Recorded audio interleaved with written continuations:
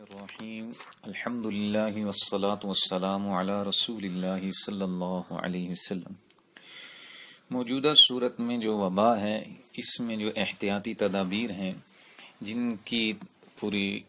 دنیا میں ترغیب دی جاتی ہے، دو احادیث مبارکہ کی بنیاد پر کہ رسول اللہ صلی اللہ علیہ وسلم نے ارشاد فرمایا، جب تم، ایک بخاری شریف کی روایت ہے کہ جب تم سنو کسی بستی کے بارے میں کہ وہاں پر وبا ہے تو وہاں نہ جاؤ، اور اگر وہاں ہو تو وہاں سے نکلو مت۔ اور دوسری روایت جو ہے وہ حضرت مسلم شریف کی کہ حضور صلی اللہ علیہ وسلم نے فرمایا کہ جو مجذوم ہے اس سے ایسے بھاگو جیسے کہ یعنی شیر سے بھاگتے ہو۔ تو ان دونوں حدیث مبارکہ کو مختصراً سمجھنا تاکہ اس کا صحیح مفہوم بھی واضح ہو جائے۔ تو جیسے ہم دیگر معاملات میں، دینی معاملات میں جب کوئی حدیث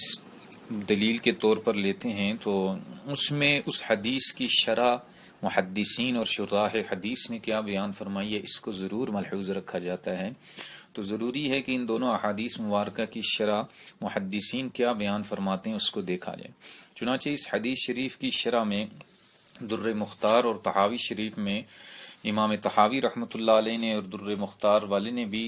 اس کی شرح میں یہ واضح لکھا ہے کہ یہ اس بنیاد پر ہے کہ آدمی کسی جگہ جائے اور اسے اللہ کی تقدیر سے وہ وبا پہنچ جائے، تو اگر وہ یہ کہنے لگ جائے کہ میں فلاں زمین میں آیا تو اس وجہ سے مجھے یہ بیماری لگ گئی، حالانکہ اگر یہ اپنے زمین سے، اپنے علاقے سے نہ بھی آتا تب بھی اس کی تقدیر میں اللہ نے یہ لکھ دیا تھا کہ اس کو یہ وبا لگنی ہے۔ اور اسی طرح اگر وہ وبا زدہ علاقے سے نکل جائے اور بیماری سے محفوظ ہو جائے اللہ کی تقدیر سے، تو بعد میں وہ یہ نہ کہے کہ میں اس لیے بیماری سے محفوظ ہو گیا کہ میں بیماری والی زمین سے اور جگہ سے نکل آیا، حالانکہ اللہ نے اس کے مقدر میں لکھ دیا تھا کہ اس کو بیماری نہیں چھوئے گی۔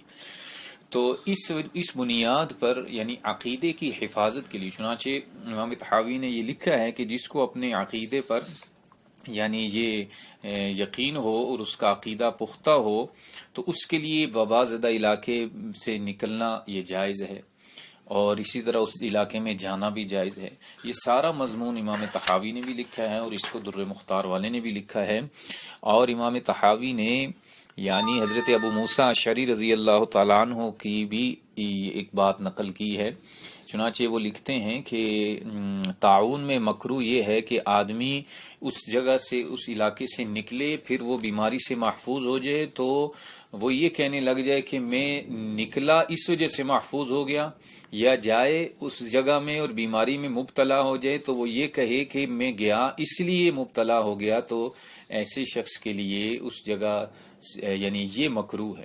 تو بنیاد جو ہے وہ ہے عقیدے کی درستگی، عقیدے کی حفاظت، ورنہ جیسے